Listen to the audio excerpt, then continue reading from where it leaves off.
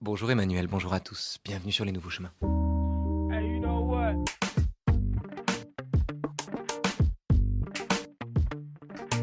Diffusés tous les jours, du lundi au vendredi de 10h à 11h, les nouveaux chemins sont réalisés cette semaine par François Connac, avec aujourd'hui Ronan Mahé à la technique et préparé par Claire Delnat, Mathilde Unger, Geneviève Méric, Géraldine Mosna-Savoie et Adèle Van Rett.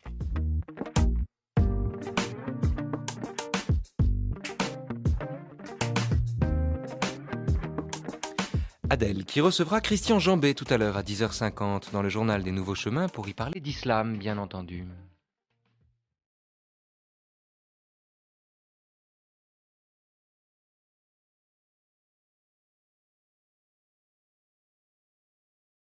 C'est la suite et la fin, déjà pour nous, hélas, de la première semaine que les Nouveaux Chemins auront consacré dans une heure à Être et Temps, ce drôle de chef-d'œuvre.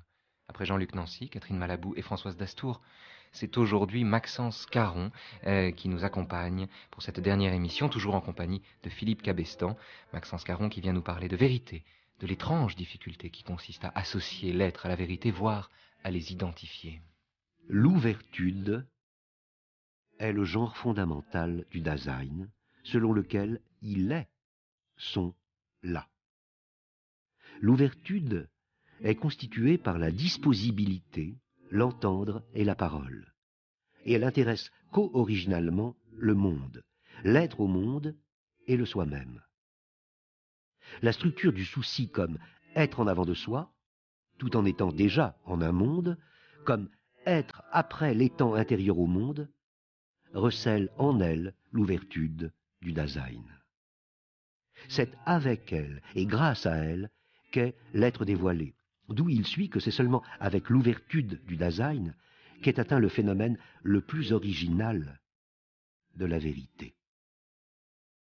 Dans la mesure où le Dasein est essentiellement son ouvertude, où, en tant que découvert, il découvre et dévoile, il est essentiellement vrai.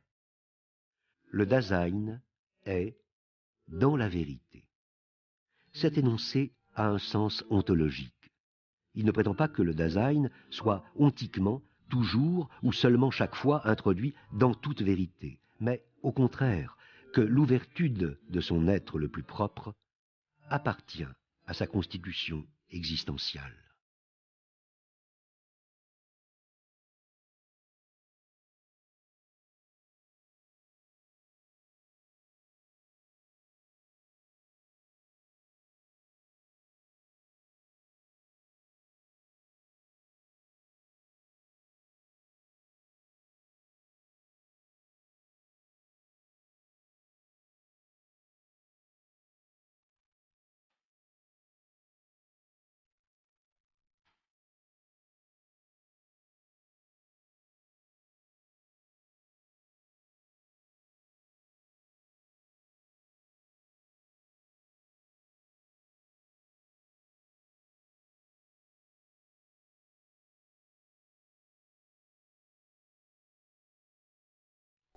Bonjour Maxence Caron. Bonjour. Bonjour, rebonjour, rebonjour Philippe Cabestan.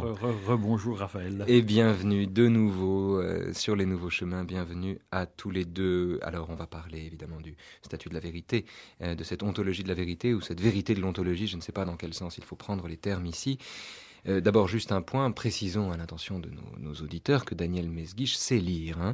Ils l'ont entendu et il sait lire les mots notamment, et il a bien lu ouvertude et non pas ouverture. Pouvez-vous l'un et l'autre dire en peu de mots le sens de cette traduction et de ce néologisme ?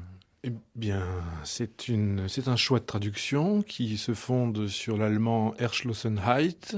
Le suffixe Heit en allemand signifie un état. Et monsieur François Vézin, qui a été chargé de la traduction officielle de Être et Temps, est un fan de Ségolène Royal. Je ne sais pas. En tout cas,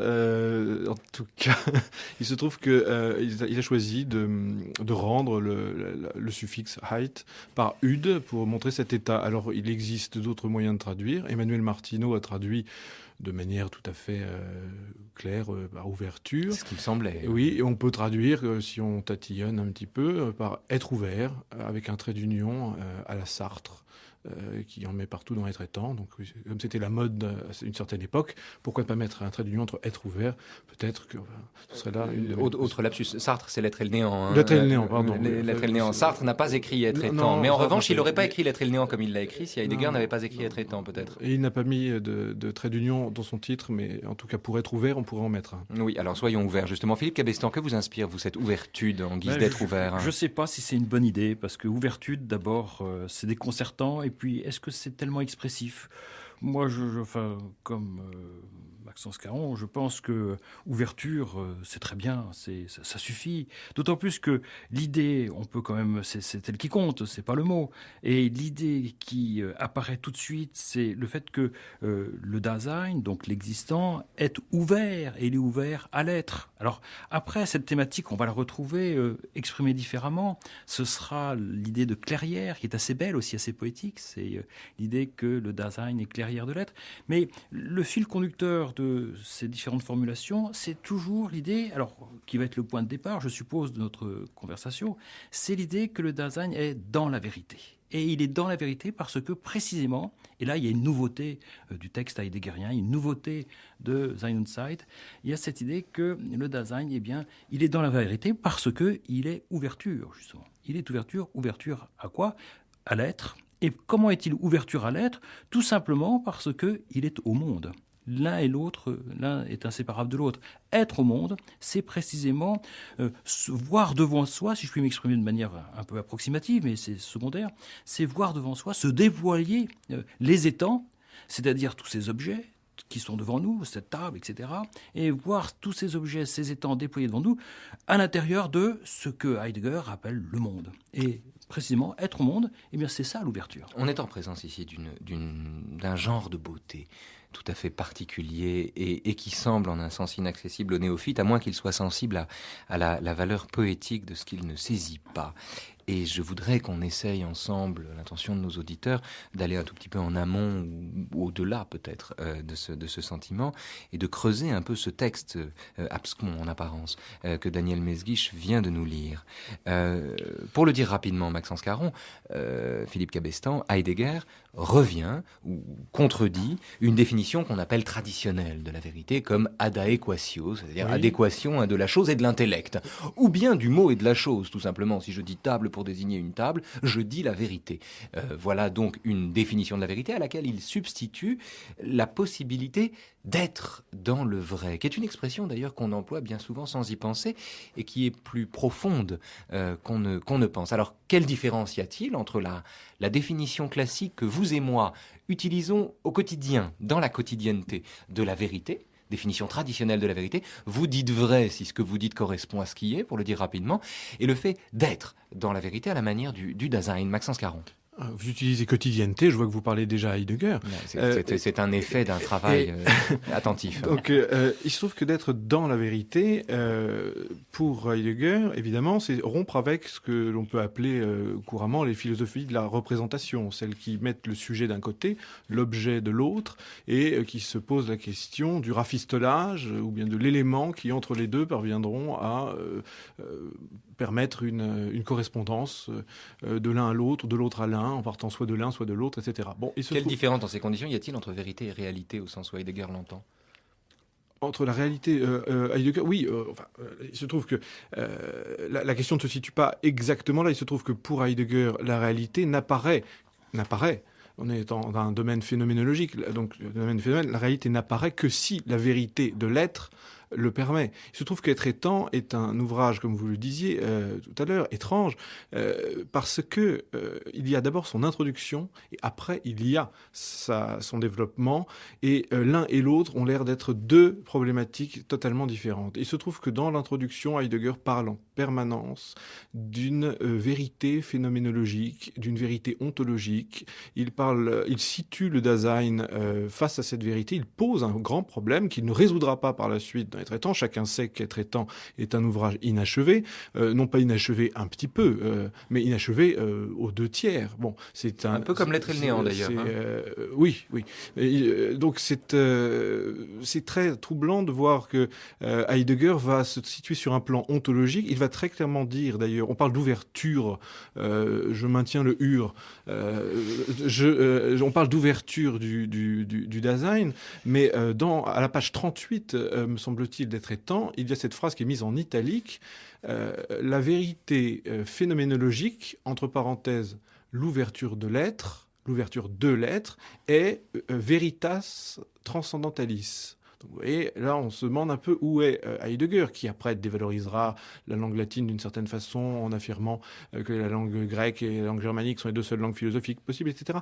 Bon, et bien là, il est dans une espèce d'état, je dirais presque de recherche, peut-être même, je veux pas faire une espèce de psychologie de son introduction, mais il se trouve qu'il est dans un état de confusion où il pose un problème qui est un problème ontologique, il répond en disant que l'ouverture n'est pas l'ouverture pour l'instant du Dasein, mais l'ouverture de l'être, c'est donc bien l'être qui prend l'initiative d'ouvrir la vérité, c'est donc bien l'être qui est la vérité, et le Dasein répond. Autrement dit, l'homme se trouve dans une situation où il y a un plan qui est celui de l'être.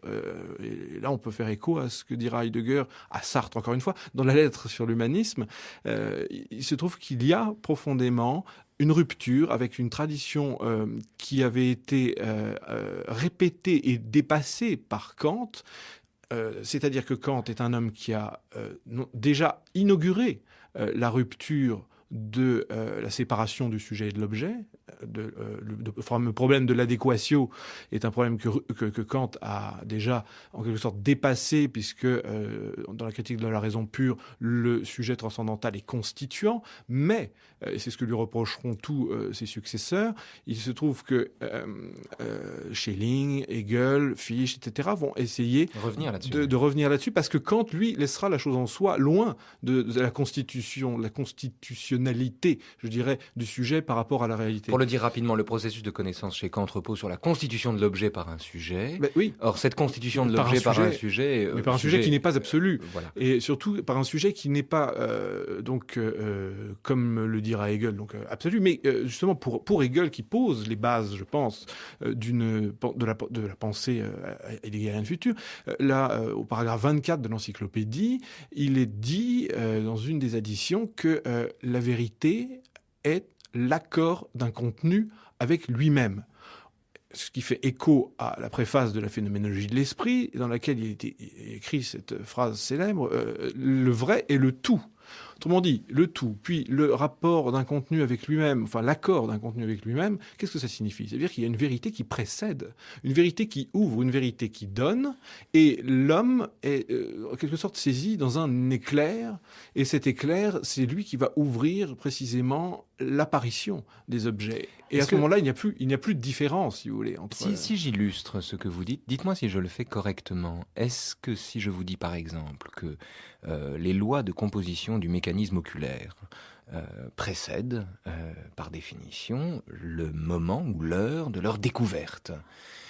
Et qu'en les découvrant, l'homme a accompli quelque chose qui le précède. Est-ce que reprendre ce que vous dites ou traduire ce que vous dites dans ces termes-là est conforme à l'idée que vous exprimez ici, Maxence Caron ?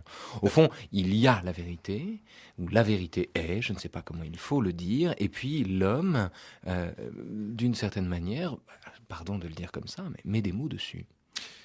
Il y a chez Heidegger un mot qui est fondamental et qui est le Dasein, sur lequel on ne glosera peut-être jamais assez. Le Dasein qui n'est pas l'homme, mais qui est ce en quoi l'homme se trouve. Et dans Dasein, il ne s'agit pas de chercher des traductions à tout rompre, il s'agit de voir ce qui est écrit Dasein. Là, il y a de l'être. Autrement dit, dans l'homme, l'être, qui est un élément de mystère, s'ouvre précisément pour que l'homme puisse répondre à quelque chose de mystérieux qui éclot d'une façon véritablement troublante, qui vient créer de l'inquiétude, qui vient créer véritablement de l'étrangeté, qui vient créer une inquiétante étrangeté, une sorte de quelque chose qui paraît d'abord monstrueux et puis qui progressivement va conduire Heidegger à la sérénité, à la Gelassenheit. Bon, cet être qui éclot est pour Heidegger le chant même, le chant. Vous l'écrivez comment ? C-H-A-M, avec un M, P. Donc, il se trouve, non, ce n'est pas encore du Hölderlin. Donc, c'est un chant au sein duquel surgissent après ce qui va devenir visible. Donc il n'y a pas à poser la question de savoir s'il y a d'abord la vision, à savoir s'il y a d'abord l'objet, à savoir si de la poule ou de l'œuf, etc. Bon, non, il ne s'agit pas de poser cette question. Il s'agit de voir que dans un même acte éclos, d'un côté l'homme, éclos d'un autre côté ce qu'il regarde, et cet acte, Heidegger montrera en progressant à travers son itinéraire qu'il s'agit d'une même parole. Et cette parole prononcera à la fois l'objet et celui qui prononce l'objet, à savoir l'homme, et qui, par sa parole, circonscrit l'apparition de l'objet. En fait, c'est une épiphanie constante, la philosophie de Heidegger. Alors c'est là, on est là à l'essentiel de la chose, hein, c'est-à-dire une forme d'ontothéologie au sens où vous parlez d'épiphanie. Ici, on va voir dans quelle mesure ça tient. Philippe Cabestan sur ce point. Moi, je voudrais partir peut-être d'un élément secondaire, mais qui ne l'est pas en réalité. C'est le fait que quand on lit Sein und Zeit, Être et temps, on est confronté à aucune démonstration. Lorsqu'on lit Descartes... Point commun entre Heidegger et Nietzsche, ça, pour le coup. Il n'y a pas de démonstration. Lorsqu'on lit Descartes, les méditations, il y a la démonstration de l'existence de Dieu, et puis il y en a même plusieurs. Mais là, il n'est pas question de démonstration. Alors de quoi est-il question ? Il est question de monstration. Pourquoi justement démonstration ? Ou encore, parce que ce serait peut-être un terme plus beau, il est question surtout de description. On décrit. Et là, je crois qu'on est au cœur de la question de la vérité. Parce que, qu'est-ce que la vérité, sinon le dévoilement de ce qui est ?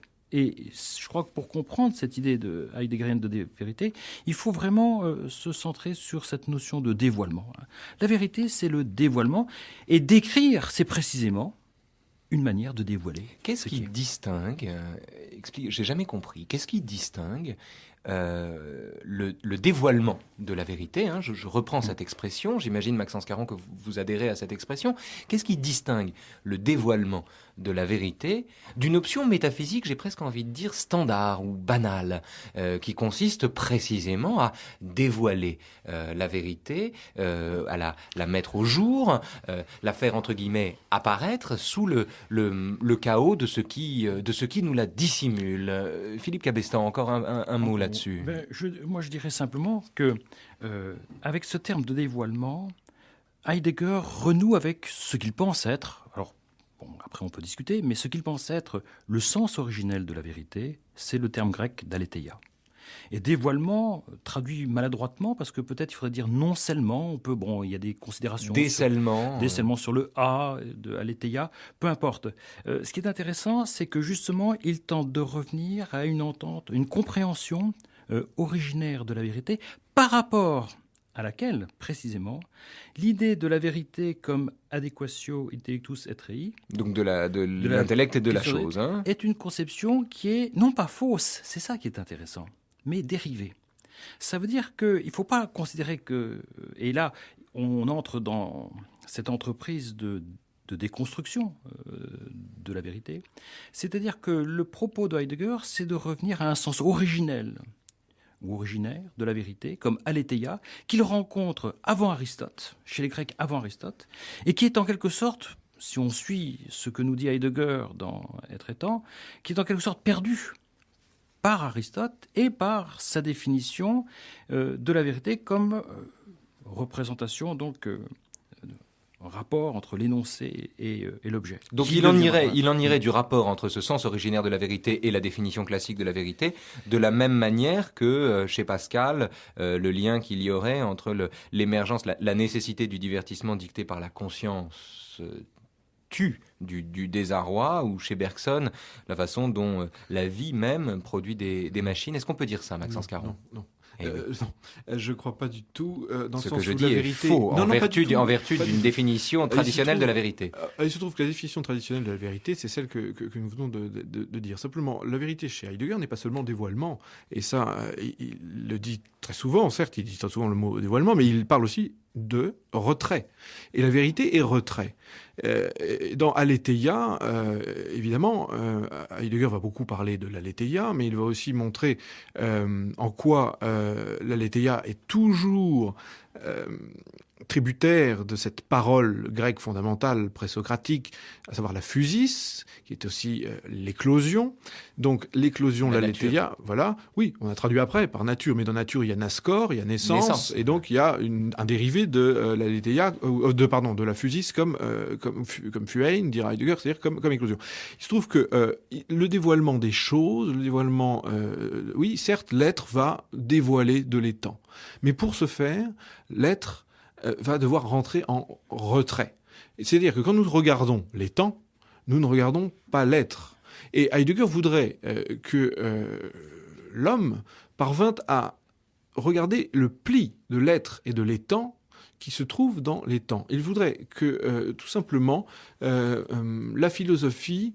tout simplement, oui, parvint une fois de plus à comprendre que dans un étang, eh bien, il y a une part d'ombre, une part de retrait, une part de Verborgenheit, de scellement, qui fait partie et qui, je dirais, qui coalesce avec le processus de dévoilement. Il ne s'agit pas d'un dévoilement seulement d'une efflorescence, mais il s'agit d'un dévoilement qui en même temps, simultanément, et c'est ça qui est difficile à penser, qui en même temps est retrait. Et j'ai presque envie de dire, pour illustrer ça de manière un peu concrète, parce que, enfin, si il y a presque une érotique de l'être chez Heidegger, au sens où une robe dévoile ce qu'elle dissimule. Et justement, et c'est là que ça me fait penser à Nietzsche. Il y a une phrase de Nietzsche qui est fondamentale au début de Par-delà bien et mal, quand Nietzsche dit à supposer que la vérité soit une femme. Là, c'est le tout début, ça. Voilà, hein, c'est le tout début, c'est le premier paragraphe. Que la vérité soit une femme, il faut que les philosophes aient été bien un imbécile, en gros, ou bien de bien mauvais courtisans, pour ne pas réussir à en quelque sorte atteindre sa couche, ou atteindre du moins à ce qu'elle se mette nue devant eux. Et l'acte de Nietzsche sera véritablement d'essayer de dévêtir cette vérité, du moins de mettre à nu Apollon pour que Dionysos puisse se trémousser derrière, alors que chez Heidegger ce sera le contraire. Il faut que la vérité reste avec sa part d'ombre, il faut que la vérité reste dans son voilement, et au fait le rôle du philosophe n'est là, il ne doit rien dévoiler du tout, il doit dévoiler ce qui se voile, et non pas dévoiler l'étang. Quand il dévoile l'étang, il doit montrer que dans l'étang, il y a une charge de gratuité, une charge de donation. Et dans un don, effectivement, quand vous donnez quelque chose à quelqu'un, eh bien, vous-même, vous vous retirez, afin que ce don puisse être un présent. Et bien, dans le présent, au sens temporel du terme, au sens qui intéressera Heidegger dans Ein und Zeit, dans Être et Temps, pardon, eh bien, dans le présent, dans ce don qu'est le présent, eh bien, l'être se retire pour que l'étant, la chose, puisse être présente seul dans sa finitude, dans sa présenteté, et à ce moment-là, évidemment, l'être lui-même doit attirer l'œil pour montrer qu'il n'a rien à montrer. Et nous sommes donc dans une forme de philosophie nocturne qui à la fois inspire la terreur et la confiance, et qui est aussi en permanence de l'angoisse de l'être pour la mort, et de l'angoisse au laisser-être, comme dit Heidegger, au Seinlassen, vis-à-vis de ces éclosions que sont toutes les choses qui nous entourent. Donc il y a une sorte d'innocence et en même temps de peur devant l'innocence. Il y a trois possibilités, peut-être trois versions de ce que vous dites, je ne sais pas, on va revenir sur tout ça. Ça fait penser un peu à l'énologie plotinienne, le discours plotinien sur l'un qui dit Plotin est au-delà de l'être et qui pourtant se manifeste dans l'être, pour peu qu'on sache un peu regarder. Ça me fait penser plus trivialement à un cadeau qui consisterait uniquement dans son papier, en fait, qu'on ne cesserait d'ouvrir, c'est-à-dire des papiers qui recouvriraient des papiers, et ainsi de suite, jusqu'au moment où, à force où le pain des pauvres chez Baudelaire, à force de l'émietter, finalement, il n'en reste plus rien. Je ne sais pas ce que vaut cette image. Et plus poétiquement, peut-être, étant entendu que peut-être à la poésie, dans une telle ontologie, revient le fin mot de l'histoire, ça me fait penser à Hölderlin. Écoutez. Là-bas, dans le matin, depuis les Alpes ombreuses, le bateau, bien dirigé, s'approche et repose maintenant dans le port. La rive est chaude ici, et des vallées, amicalement ouvertes, illuminaient de beaux sentiers, verdissent et luisent pour moi. Ce ne sont que jardins, et le bourgeon brillant point déjà, et le chant de l'oiseau invite le voyageur. Tout paraît familier, les saluts qui s'échangent au passage paraissent venir d'amis, tous les visages semblent parents. Et vraiment, oui, c'est bien le pays natal, le sol de la patrie. Ce que tu cherches, cela est proche et vient déjà à ta rencontre. Et ce n'est pas en vain que se tient comme un fils à la porte ceinturé de ressac et regarde et cherche des noms aimants pour toi dans son champ un homme voyageant, bienheureuse Lindao. C'est une des portes hospitalières du pays, celle-ci, qui invite à partir vers un lointain de riches promesses, là où sont les merveilles, là où la bête divine de haut descend dans les plaines, le Rhin, trouant sa piste audacieuse, et hors des rocs traçant le val jubilant, là-bas, à travers les monts clairs en direction de Côme, ou bien en bas, selon la courbe du jour, à traverser le lac ouvert. Mais plus forte encore est, pour moi, l'invite de ton charme, ô porte consacrée. À retourner où sont connus de moi des chemins en fleurs, à revoir le pays et les belles vallées du Neckar et les forêts, le vert des arbres sacrés où volontiers le chêne s'allie à la paix des bouleaux et des hêtres. Et dans les monts, un lieu ami me tient captif.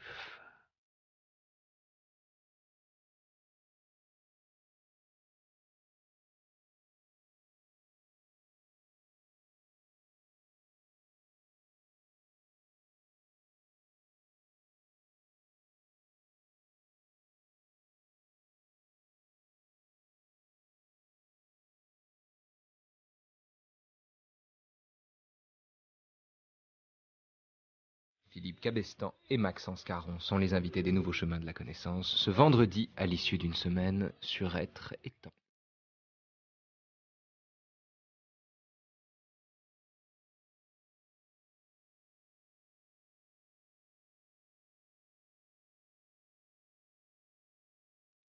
Ce que tu cherches, cela est proche et vient déjà à ta rencontre. Le néophyte que je suis lit cette phrase comme une objection faite au volontarisme de celui qui, à force de chercher les objets, évidemment, se prive de les saisir, à force de ne pas les laisser venir à lui, se prive de les saisir. Est-ce que cette interprétation, Philippe Cabestan, Maxence Caron, vous semble légitime, Philippe Cabestan? Tout à fait, je crois que c'est une formule, ce que tu cherches, cela est proche, c'est une formule qui entre en consonance, si on peut dire, avec la conception heideggerienne de la vérité. Il ne s'agit pas d'aller chercher midi à 14 heures, pas du tout. Et en même temps, je retiens bien ce que vient de dire Maxence Caron, c'est que tout dévoilement est solidaire d'un voilement. C'est-à-dire que il n'y a pas, et ça c'est au cœur de la conception heideggerienne de la vérité, il n'y a pas de conquête de la vérité absolue, il n'y a pas de savoir absolu.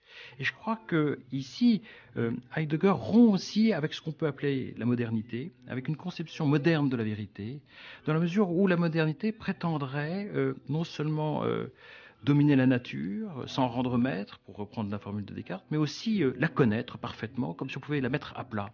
Et il y a cette idée qui est aussi, qu'on retrouve bien sûr dans la poésie romantique, qu'il y a, on peut dire un secret, il y a des secrets de la nature, il y a voilement et en même temps, il y a dévoilement et voilement. Et je crois que c'est très important aussi, même, ne serait-ce que lorsqu'on s'intéresse à d'autres disciplines comme la psychiatrie, la psychologie, peu importe, en sachant que on ne peut jamais véritablement tout connaître. Là, il y a une sorte d'avertissement à l'égard de celui qui veut tout dire, ou tout connaître, ou tout savoir. Ce n'est pas possible, parce que précisément, on est confronté à ce dévoilement et voilement qui sont solidaires. Mais d'une façon assez pratique, d'ailleurs, on pourrait repérer cela dans le fait que bien souvent la vérité est plus mensongère que le mensonge lui-même. D'ailleurs, quand Arsinoé va voir Alceste et lui révèle les turpitudes de Célimène, elle lui dit la vérité, mais ce qu'elle omet de dire, c'est les motifs qui lui dictent ce genre de paroles. Et qu'à cet égard, dans les faux aveux que les individus se font en général, ou les aveux que les individus se font en général, il y a d'autres intentions que celles qui sont mises à l'œuvre derrière le goût de la transparence. De façon générale, la transparence en elle-même est dissimulatrice. Maxence Caron, est-ce qu'un tel modèle, là encore, vous semble adaptable à ce qu'on dit ici? Le problème, c'est qu'avec Heidegger, il n'y a strictement aucun modèle qui peut malheureusement être pris dans la vie des objets, puisqu'il s'agit de porter... C'est trop facile, ça. Non, parce qu'il s'agit... C'est le questionnement même heideggerien qui consiste à aller derrière des objets pour savoir quelle est la condition transcendantale de leur possibilité. Donc on peut malheureusement très difficilement on peut très difficilement traduire Heidegger, que ce soit dans nos expériences quotidiennes. C'est pour ça qu'Être-étant est un livre qui rassure, parce qu'il y a de la description de vie quotidienne, alors que dans les ouvrages suivants, il n'y en aura plus. Donc il y en aura dans les cours, parce que les cours, évidemment, Heidegger reprendra certains fait œuvre de pédagogie, c'est un grand professeur. Oui, c'était un grand professeur, mais simplement, de son vivant, ses cours n'étaient pas accessibles. Donc il n'a donné comme image de lui que celle d'un penseur qui allait vers ce qu'il y a de plus en plus irreprésentable, qui est de moins en moins susceptible d'être métaphorisé. Et il y a d'ailleurs très instructif sous nos yeux cette œuvre, ce petit poème de René Char qui s'appelle A. Martin Heidegger, AMH. Donc vraiment, je dirais que le nom de Heidegger fait le titre du poème, et où l'on a véritablement à la fois l'hermétisme de Heidegger et en même temps sa clarté, puisque chez René Char, on est toujours frappé, un peu comme chez Hölderlin, par ces phrases qui ont une syntaxe extrêmement claire et puis finalement qui disent des choses extrêmement complexes. Mais alors, sans vouloir le traduire justement, est-ce que l'idée ou la notion d'une lumière qui ne dissipe pas les ombres, mais qui les affirme, semble alors cette fois-ci une métaphore plus adéquate? Alors oui, alors là, sur la lumière et l'ombre et la nuit, etc., on peut, effectivement, puisque Heidegger lui-même a beaucoup joué sur le terme de Lichtung, dont le suffixe cette fois est en ung, ce qui signifie un acte, et non pas en heit, comme tout à l'heure, qui signifie un état. Voilà. Donc la Lichtung, c'est véritablement l'acte par lequel l'être va lichten, on va faire une phrase heideggerienne, die Lichtung lichtet, je ne sais pas s'il l'a dit, cette phrase, mais comment traduire Lichtung? On traduit couramment par l'éclaircie, mais justement, alors en traduisant par l'éclaircie, on ne rend pas compte de cette espèce de pulsivité par laquelle il y a possibilité pour les étangs de paraître, de naître au jour. Bon, et cette éclaircie n'est pas claire. Ce qui vient derrière l'éclaircie pour permettre aux étangs de venir s'ébattre dans la clairière, je dirais, du monde, ce qui est derrière pour pouvoir donner à ces étangs leur rayonnement, eh bien, est totalement lui-même ombrageux, nocturne. Et donc ce poème de René Char est très court. Il dit la chose suivante, qui est pas au premier abord totalement incompréhensible. L'automne va plus vite en avant, en arrière que le râteau du jardinier. Premier vers. Deuxième vers. L'automne ne se précipite pas sur le cœur qui exige la branche avec son ombre. Bon. passionnant. Et évidemment, c'est en fait c'est une description de toute la philosophie heideggerienne. Pourquoi ? Parce que l'automne, c'est évidemment la saison crépusculaire, c'est le moment où la lumière se retire, c'est véritablement, en quelque sorte, l'essence même de l'être, le fait de se retirer pour laisser paraître quelque chose. Et cet automne va toujours plus vite que le râteau d'un jardinier. Et le jardinier, c'est qui ? C'est l'homme moderne, celui qui essaye de ratisser tous les objets pour qu'ils soient à sa disposition, pour qu'il puisse en jouir, pour qu'il puisse les consommer. C'est l'époque de la technique. Bon. Eh bien, l'automne va plus vite en avant, en arrière, quoi qu'il arrive, que le râteau du jardinier. Si on s'approche de l'objet, alors son fondement recule. Si au contraire, on laisse l'objet approcher, eh bien, il va envahir, en quelque sorte, la réflexion. On ne pourra plus rien penser. Et alors, le deuxième vers, l'automne ne se précipite pas sur le cœur qui exige la branche avec son ombre. Eh bien voilà, il se trouve qu'à Heidegger, sa pensée, et ça, Char, évidemment, était en communion complète avec cette manière de penser, évidemment, le cœur qui exige la branche avec son ombre, le cœur qui accepte que la branche est sa part d'ombre, eh bien, autrement dit que l'étang soit entouré d'un halo de nuit, eh bien, ce cœur-là ne subit pas ce qui est automnal dans le retrait de l'être. Au Dans le pays de René Char, les arbres sont libres de n'avoir pas de fruits, Maxence Caron. Oui, mais nous parlons d'ombre, hein. Et je dirais peut-être que le fruit de l'arbre pour René Char, en l'occurrence, ce serait l'ombre. Et l'ombre comme un fruit, ce serait une manière pour Heidegger de montrer que finalement ce retrait n'est pas seulement à voir de manière crépusculaire comme une sorte de saison automnale, pas du tout. L'automne, c'est du côté un peu, évidemment, un peu triste, mais l'ombre n'est pas automnale au cœur qui arrive à voir dans le retrait de l'être un don. Et il n'y a pas de don chez Heidegger sans retrait. Pour que l'étang soit, il faut que l'être reste en retrait. C'est pour ça que le voilement, il n'y a pas d'abord un dévoilement puis un voilement, il y a une simultanéité des deux. Et c'est pour ça qu'on ne peut pas représenter ces choses-là. Mais vous voyez la difficulté dans laquelle on se trouve face à une telle œuvre. D'abord parce que c'est une œuvre qui critique la conception traditionnelle de la vérité, qui donc nous interdit, en un sens si on lui est fidèle, de nous situer par rapport à elle dans un rapport de sujet à objet, et donc dans un rapport d'explication de l'œuvre. Et c'est donc de l'intérieur qu'il faut en parler pour bien en parler. Mais comment bien en parler de l'intérieur tout en parlant à ceux qui se trouvent hors du cercle de l'œuvre? Comment, au fond, c'est comme les miracles, si vous voulez, qui ne s'adressent qu'aux croyants. Comment chercher le Christ sans l'avoir déjà trouvé? Comment comprendre être étant sans en parler de l'intérieur? Et je dis cela à dessein parce que ce que nous disons ici peut être légitimement entendu par nos auditeurs comme étant à la lisière du fondamental et du fumeux, et versé dans le fumeux comme dans le fondamental. On a le pressentiment d'un fondamental qui se donne à l'oreille de celui qui n'en a pas le lexique, sous une forme qu'il peut aisément désigner comme, oui, fumeuse, au sens où il y aurait de la fumée, véritablement, de l'opacité. Philippe Cabestan, sur ce point, et sur cette lecture, cette difficile lecture de Heidegger, cette difficile transmission de Heidegger. Alors qu'on se rassure, Heidegger n'est pas fumeux. Donc nous le savons, vous le savez plus que moi d'ailleurs. Mais précisément, comment faire ? Comment faire ? Je crois aussi qu'il ne faut pas s'interdire une lecture, je dirais, historienne de Heidegger et se rappeler que le grand maître de Heidegger est Husserl.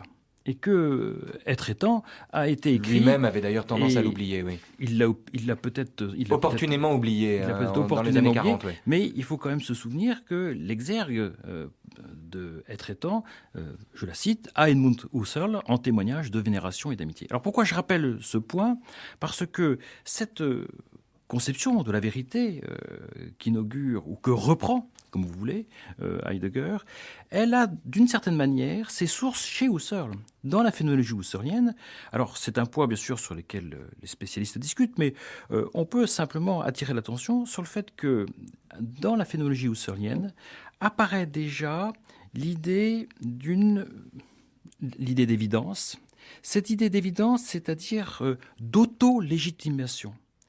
En quelque sorte, vous voyez, je retrouve l'idée que j'ai développée tout à l'heure sur l'absence de démonstration. Il n'y a pas à démontrer, il n'y aura même pas à argumenter, mais il y a à faire voir.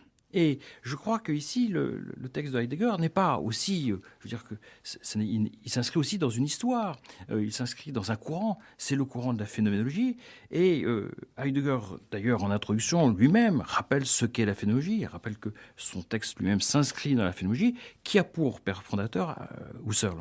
Et donc, bien sûr... Pour quelqu'un de néophyte, toutes ces considérations peuvent paraître très savantes ou fumeuses, mais il y a une possibilité de se repérer, je dirais, en prenant pour fil conducteur l'idée même de la phénoménologie, c'est-à-dire l'idée de monstration, de dévoilement, telle qu'elle apparaît déjà, d'une certaine manière, chez Husserl. Maxence Caron. Où l'on comprend, Raphaël, d'après vos paroles, que Platon demandait que l'on commençât la philosophie à 50 ans. Parce que le néophyte, finalement, est un homme qui doit beaucoup travailler avant de pouvoir accéder à ce qui est vérité et qui, par définition... Vous êtes à quelques années du début. Eh bien oui, c'est pour ça. Maxence. Mais justement, je prends mon élan et à 50 ans, je me dis, ça y est, maintenant je commencerai. Et à 50 ans, qu'est-ce que je me dirais ? Je me dirais qu'à 35 ans, je pensais il se trouve que la définition même de la vérité, si nous la cherchons, c'est précisément parce que elle préexiste au questionnement qui pose précisément la question de la vérité comme son objet. Vous citiez Pascal tout à l'heure, et vous parliez du Christ juste après. On pourrait dire cette phrase de Pascal à propos de la vérité et qu'il disait à propos du Christ: tu ne me chercherais pas si tu ne m'avais prouvé. C'est exactement à ça que je pensais. Voilà. Eh bien, je pense que de toute façon, pour Heidegger, la question ne se pose pas de savoir s'il y a des néophytes ou pas. Il disait au début de chaque cours, il n'y a pas besoin d'avoir lu mes œuvres pour comprendre ce que je vais dire. Il n'y a pas besoin de... Non, il s'agit juste de comprendre que l'être précède absolument tout, que nous l'employons dans le langage courant, que quand nous voulons le définir, nous sommes obligés de l'employer, que même si nous contentons d'onomatopée pour désigner une chose, eh bien, le geste par lequel nous désignons cette chose, eh bien, veut dire c'est, cette chose est, etc. Donc, il se trouve que l'être est omniprécédent. Mais cet être omniprécédent, cette obscure omniprécédence de l'être, Maxence cet obscur objet du désir, comme dirait l'autre, mais oui, il se trouve que cet obscur objet du désir précède le désir, sinon il n'y aurait pas de désir. Il y a un désir fondamental, et c'est ça qu'il faut comprendre. Il n'y a pas, je ne crois pas qu'il soit si difficile que cela de rentrer dans la pensée heideggerienne si jamais on part des bons textes. Et je pense qu'à ce titre-là, l'obstacle est immédiat si l'on ouvre Être étant. Mais, par exemple, si l'on ouvre le cours qui vient juste après Être étant, ou celui qui vient juste avant, à savoir celui qui vient juste après Problèmes fondamentaux de la phénoménologie, 1927, qui est un petit peu la suite directe, et celui qui vient juste avant, ou presque, les prolégomènes à l'histoire du concept de temps, qui vient d'être traduit, enfin, il y a quelques années, il y a 2-3 ans, je crois, eh bien, ce sont des textes qui... disent très clairement les choses. Être étant est un volume extrêmement concentré, et après Heidegger écrira uniquement des textes très concentrés. Mais si l'on va dans ses cours, si l'on regarde la façon dont il s'exprimait, eh bien, on n'écrit pas une œuvre de plus de 100 volumes si jamais on n'a pas une volonté pédagogique extrême. C'était un professeur passionnant. Les gens le suivaient apparemment énormément dans ses cours et ressortaient de là en disant qu'il était incapable de dire de quoi il avait parlé, mais qu'en même temps, ils avaient bien compris de quoi il s'agissait. Et c'est là, en même temps, tout le mystère du voilement et du dévoilement. Finalement, si on doit faire des analogies, on en est exactement là. Heidegger parlait d'un élément qui se dévoile, donc on comprend très bien de quoi il s'agit, et comme le temps chez Saint-Augustin, on comprend très bien de quoi il s'agit, mais dès qu'on en parle, qu'on veut en parler, on en a parlé mercredi dernier, oui. Voilà. Mmh. Eh bien, exactement la même chose. On rentre dans le cours de Heidegger, on entend parler de dévoilement, etc. On entend des choses qui sont très clairement dites, et puis on sort, et on est incapable, évidemment, de définir l'être. Mais on ne peut pas définir l'être, puisque définir, ça voudrait dire circonscrire. Dans définir, il y a finir. On ne peut pas circonscrire ce qui lui-même est la source inconnue, inconnaissable, et inconnaissable au sens classique du terme, c'est-à-dire non circonscriptible. La connaissance qui s'adresse aux étangs et qui les qui met la main dessus, qui porte emprise sur les temps. La connaissance, selon René Char, la connaissance du râteau du jardinier, eh bien cette connaissance de râteau de jardinier, Heidegger, il n'en veut pas. Il veut laisser, et c'est pour ça qu'il aime tant les poètes, il veut laisser être chaque étant dans ses contours, rayonner dans leur propre apparence, Justement. dans leur propre phénomène. Alors justement, donc leur propre apparaître au Et- fond. oui. Hein, ce fut comme une apparition, hein, dont acte.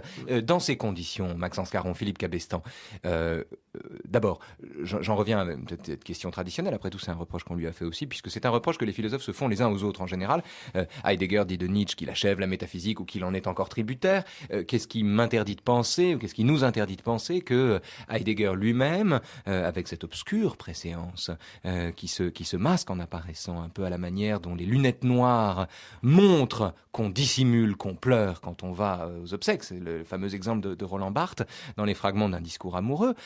Qu'est-ce qui distingue cette position d'une position, là encore une fois, métaphysique ou d'une antécédence de la vérité, de l'être, appelons ça comme on veut, sur les moyens qu'on met en œuvre pour la saisir et de l'impossibilité dans laquelle on se trouve, un peu comme Tantale, à force de tendre la main et qui voit le plateau de fruits s'éloigner, enfin la nourriture s'éloigner, de l'impossibilité dans laquelle on se trouve de la saisir à partir du moment où on la cherche. Qu'est-ce qui distingue Heidegger de ce discours-là? Et deuxièmement, qu'est-ce qui distingue au fond, dans quelle mesure le système d'Heidegger peut-il ne pas, le système ou l'antisystème, ne pas culminer dans la conception poétique née de ce point dont parle Bergson, si extraordinairement simple que le philosophe n'a jamais réussi à le dire, et c'est pourquoi il a parlé toute sa vie, et j'ajouterais pour Heidegger, en 100 volumes, Philippe Cabestan. Moi, je dirais qu'il y a chez Heidegger un geste très particulier. On peut prendre des comparaisons simples. Par exemple, Descartes, au début du discours de au début des méditations ou dans le discours de la méthode, peu importe, indique très bien que la tradition, il faut la mettre de côté et que on va recommencer à nouveau. C'est vraiment l'idée de cogito et je dirais de sujet presque, de sujet autofondateur. Kant, au fond, renouvelle ce geste. Il renouvelle au sens où, avant lui, eh bien, il y a ce long débat du scepticisme et du dogmatisme, cette guerre qui laisse un champ de ruines, et que donc, on recommence à nouveau. C'est pas du tout la thèse de Heidegger. Et c'est pourquoi, tout à l'heure, je m'attachais à souligner la dette de Heidegger. Heidegger a des dettes, et tout philosophe... La notion de dette est très importante chez lui, d'ailleurs. Toute pensée est en dette. On pense pas à partir de rien. On n'est pas soi-même. On n'est surtout pas un self-made man. Surtout pas. On n'est pas quelqu'un qui se fait soi-même, mais on est en dette, on s'inscrit dans une tradition. Et là, Heidegger a un geste très particulier parce que, justement, on l'a vu à propos de la vérité, ce qu'il cherche, c'est un sens originaire de la vérité que lui offre la tradition, mais que lui offrent les Grecs. Et donc ici, il n'y a pas du tout la volonté de dire avant moi, rien ne vaut. Au contraire, c'est toute la richesse du concept de déconstruction. C'est qu'il s'agit de déconstruire, c'est de montrer aussi la pertinence de la définition de la vérité comme adéquation réi, ainsi que la pertinence de la définition de la vérité comme évidence. Mais pour montrer cette pertinence... Comme autant d'émanations voilà. explicites d'un implicite. Mais comme dérivé, comme ayant une signification dérivée par rapport au concept originaire. Et là, on voit bien que Heidegger a une position tout à fait originale par rapport à une certaine tradition un peu cavalière, je dirais, typiquement moderne, qui consiste à dire les anciens sont sans valeur. C'est marrant quand même, parce que Maxence Caron, vous disiez tout à l'heure qu'à la fin d'un cours de Heidegger, les élèves sortaient émerveillés, sans être capables de dire de quoi ils avaient entendu parler. Je suis exactement dans cette position, on arrive quasiment au terme de la discussion. Et nous n'avons parlé de rien. Ou pas exactement, nous avons parlé du néant peut-être. Oui, mais le néant selon Heidegger, c'est... peu de mots. Hein. Oui, très peu de mots. À vous le mot de la fin sur le néant. Selon Heidegger, ce n'est pas du tout une notion négative, puisque c'est étymologiquement le né. Le non-ens, c'est le non-étant.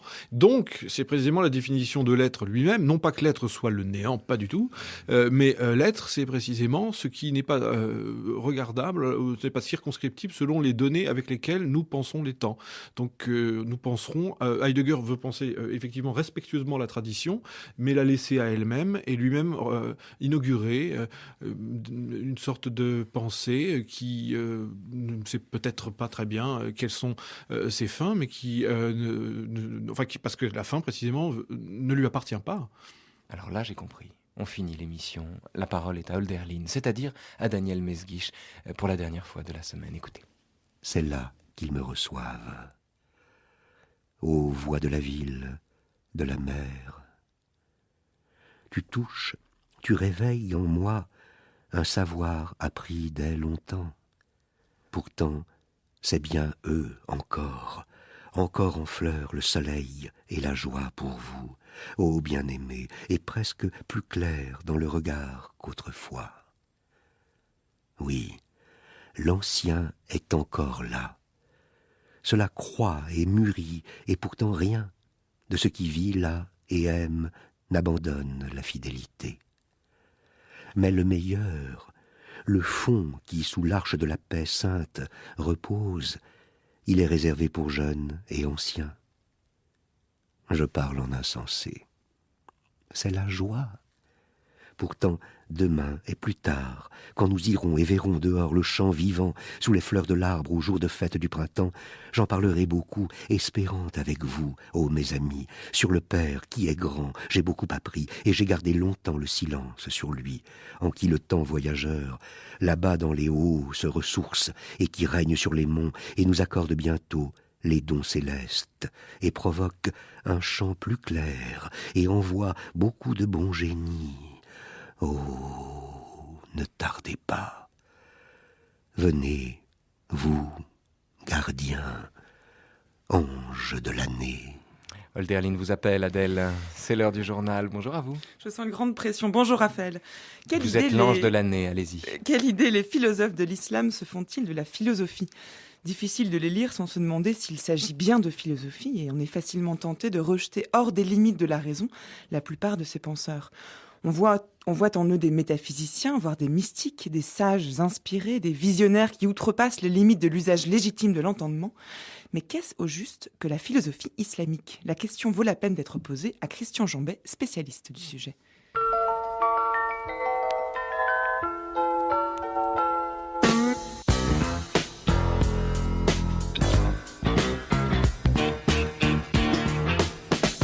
Bonjour Christian Jambet. Bonjour. Qu'est-ce que la philosophie islamique ? Donc, c'est le titre de votre livre qui vient de paraître en folio essai chez Gallimard, un livre très utile, nécessaire même, puisqu'il prend le temps de présenter, d'analyser, de discuter avec ces philosophes islamiques et aussi de donner à connaître les notions principales qui traversent la pensée de ces philosophes. Alors, avant de présenter tout cela, il faut préciser ce que signifie l'expression de philosophie islamique. Qu'est-ce qu'il faut entendre par cela ? Est-ce qu'elle est le fait de philosophes de confession musulmane, de personnes qui sont croyantes, religieuses et qui ont recours à la philosophie pour réfléchir à leur propre religion ? Ou en d'autres termes, est-ce qu'il s'agit d'une philosophie de l'islam ou une philosophie sur l'islam ? C'est une philosophie en islam. Et c'est du moins ce qu'on peut soutenir, c'est la façon dont l'islam prend conscience de soi dans l'élément de la philosophie. L'expression elle-même est utilisée par les historiens depuis le XIIe ou le XIIIe siècle, en islam même, pour désigner les gens qui pratiquent la même discipline que les Grecs, les anciens, donc qu'on appelle falasifa, et qu'on appellera ensuite d'autres mots, mais enfin qui d'abord ont une appellation qui vient même du grec, mais qui appartiennent au temps de l'islam. Donc ils ont quelque chose d'autre et de plus. Et ce qu'ils ont d'autre et de plus, c'est le fait d'avoir pour sujet le même sujet que l'on a dans la pensée, dans les pensées grecques, en particulier la question fondamentale de la métaphysique, qui est la question de l'étant en tant qu'étant et de l'être de l'étant, mais qui ont un autre objet, ou en tout cas un objet qu'ils essayent de concevoir plus ou moins en rapport avec la finalité propre de la métaphysique aristotélicienne, et qui est tout simplement donné par l'islam, par la révélation islamique. Alors évidemment, ce qui surprend, c'est qu'il puisse y avoir une telle conjonction qui d'ailleurs prend tout de même du temps pour s'opérer de la manière la plus profonde, entre quelque chose qu'on appelle une religion et quelque chose qui est la philosophie. Mais justement, y a-t-il encore un sens à maintenir cette distinction entre les deux ? Alors, Est-ce qu'on peut parler de religion spirituelle ou de spiritualité philosophique, enfin ? En fait, on voit que dès le Xe siècle, c'est-à-dire dès l'œuvre des grands philosophes héritiers de la Grèce, Al-Kindi, Al-Farabi, Al-Kindi est antérieur, mais Farabi et Avicenne, le plus connu peut-être, et commence quelque chose qui est la construction d'un islam. Il ne s'agit pas de l'islam du commun. D'ailleurs, au fond, ce qu'on découvre dans cette affaire, c'est qu'évidemment, l'islam est multiforme et que le mot désigne des réalités très différentes. Il s'agit d'une religion philosophique.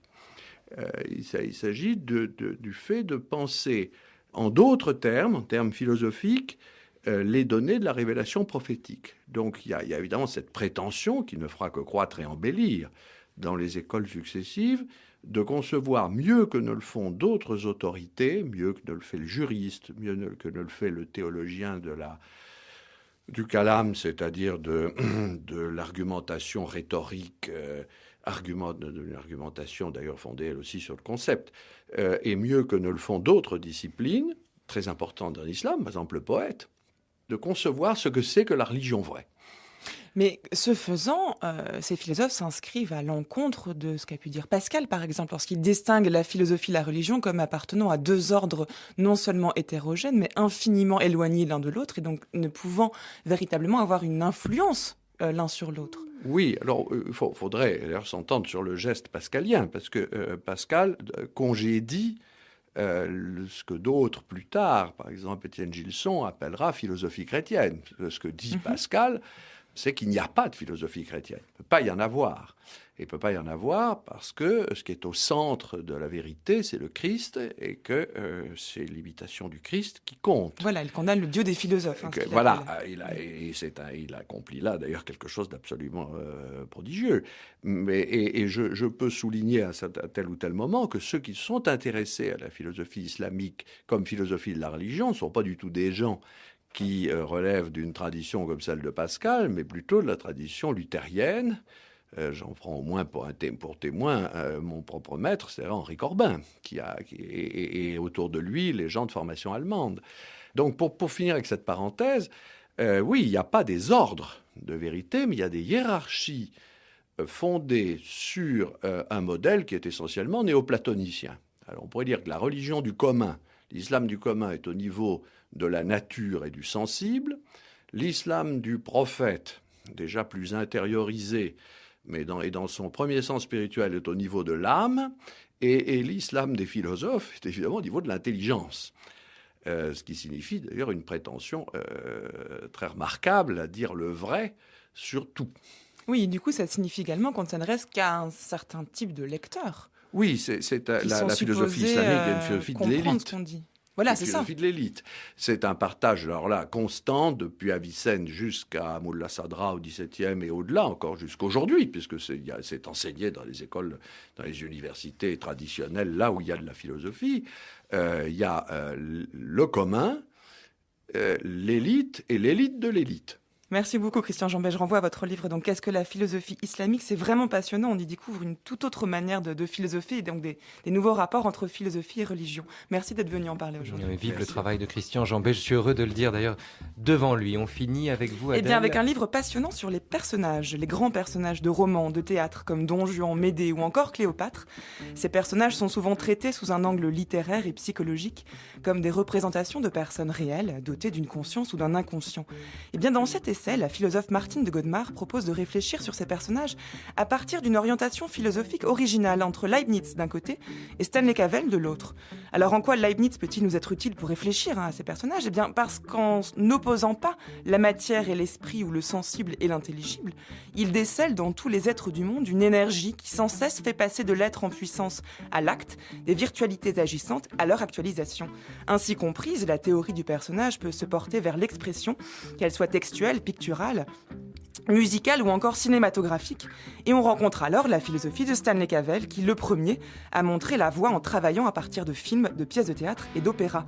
En incarnant un monde possible ou désirable, ces personnages nous posent la question « Quel monde voulons-nous » Ils nous insufflent leur énergie et leur désir de vivre et nous ouvrent des possibilités d'existence en montrant différentes formes de vie. Voilà, réfléchir aux personnages de romans avec des philosophes, la démarche est alléchante et elle est brillamment menée par Martine de Godemar dans cet essai donc, qui s'appelle « La voix des personnages », publié par les éditions du Cerf. Ça fait plaisir pour une fois de vous entendre parler de Stanley Cavell, Adèle. Merci à tous, c'est la fin de cette semaine sur Être étant. Une semaine qui s'achève sur la nécessité fatale d'en continuer ou d'en reprendre l'étude. Être étant perdu, être étant retrouvé, c'est l'ultime alternative de la semaine. Retrouvez-la cette semaine dans la clairière d'Internet où s'ébattent comme autant d'étangs toutes les émissions de la semaine et qui s'offrent aux amis auditeurs à vos téléchargements. Quelques remerciements a cappella à l'issue de ce travail, toute l'équipe des Nouveaux Chemins naturellement que je salue avec amour, mieux avec amitié, mais aussi Philippe Cabestan, notre fil rouge de la semaine, merveilleux pédagogue dont j'envie les élèves, Daniel Mesguich, la voix de l'être lui-même, le conservatoire de l'étang et nos invités bien sûr, Françoise Dastour, Jean-Luc Nancy, Catherine Malabou et Maxence Caron. Tous les travaux de nos invités sont encore disponibles en ligne. La semaine prochaine, on vous parlera de science-fiction, de Jules Verne à Philippe Cadic, en passant par La Guerre des Étoiles, 1984 et Fahrenheit 451 à partir de lundi prochain. Allez, on rend l'antenne, 10h59 sur France Culture. Dans un instant, Culture Monde, Florian Delorme.